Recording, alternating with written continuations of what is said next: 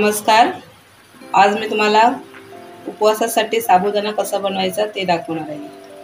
इथे आपण पाव किलो साबुदाणा घेतला आहे. तो 3 पाण्याने मी स्वच्छ असं धुवून घेतला आहे. जोपर्यंत आपल्याला सफेद पाणी त्या यातलं जात नाही तोपर्यंत असं म्हणजे धुवून घ्यायची स्वच्छ. म्हणजे मी 3 वेळा धुवून घेतले. आता आपण याला 4 तासासाठी पाणी टाकून भिजत ठेवूया. पाणी जास्त नाही ओतायचं. आपले हे साबुदाणे आता समजा हे बघा, साबुदाण्याच्या वरती थोडंसं किंचित पाणी ठेवायचं वरती, जास्त नाही ओतायचं. आपण तांदूळ भिजत ठेवतो तसे हे साबुदाणा आहे, ते भिजायला थोडे हलके असते. तर एवढंसं हे साबुदाण्याच्या वरती मी हे ते आपले तांदूळ दिसतंय साबुदाणा, त्याच्यावरती मी एवढंसंच पाणी किंचित अर्धा इंच एवढं ठेवलं. तसंच तुम्ही पण 4 तासासाठी 4 ते 5 तासासाठी भिजवून घ्यायचे, छान असेल नरम होईल. इथे आपले साबुदाणे भिजवून 4 तास झाले. हे बघा, अशा प्रकारे नरम असे छान उंबळेपर्यंत भिजवून घ्यायचे. आपलं हे बघा एकदम सुटसुटीत असे साबुदाणे छान असे भिजले, जसे बोटाने चिरंगटले तसे प्लेन झाले पाहिजे, असे एकच भिजले पाहिजे. 4 तास झाले. इथे मी 3 मीडियम साईजचे बटाटे उकडून घेतलेत, ते किसणीने किसून घेतलेत.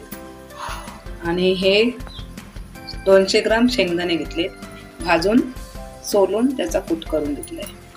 थोडीशी कोथिंबीर, कढीपत्त्याची पानं अशी तोडून घ्यायची, अख्खी नाही टाकायची. आणि मिरची अशी कट लावून बारीक कापून घ्यायची. 5 मिरच्या घेतल्या. आता तुमच्या आवडीनुसार तिखट कमी जास्त इथे करू शकता. इथे मी जिरं घेतलं 1 चमचा, 1 चमचा जिरं ते टाकून घेते. आपला दाण्याचा कूट, महत्वाची वस्तू म्हणजे आपला हा दाण्याचा कूट याच्यामध्ये.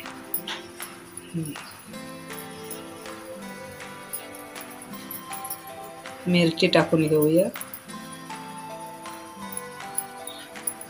कढीपत्ता, कोथिंबीर,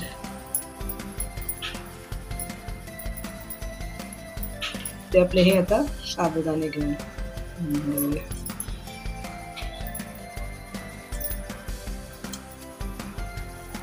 इथे मी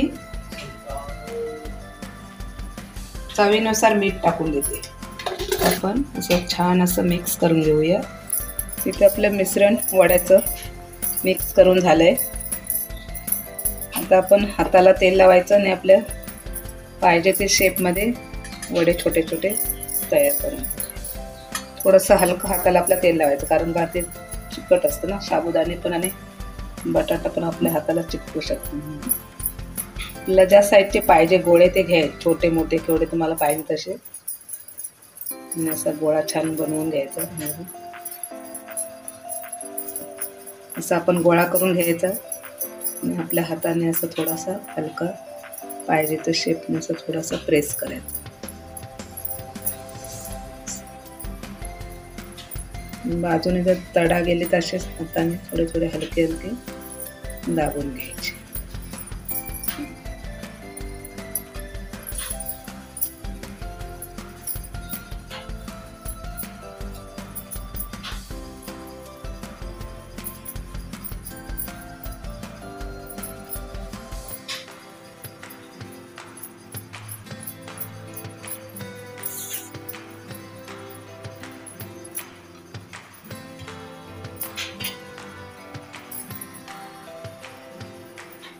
अशा प्रकारे मी सर्व वडे करून घेते.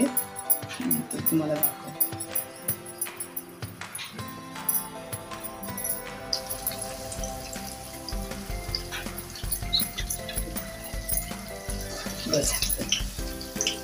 इथे आपले मी वडे आपले सोडून घेतले. तेल गरम झालंय, पलटी करून घेऊया. चांगले असे छान कुरकुरीत होईपर्यंत हळूवारपणे असे 5 गॅसवरती तळून घ्यायचे.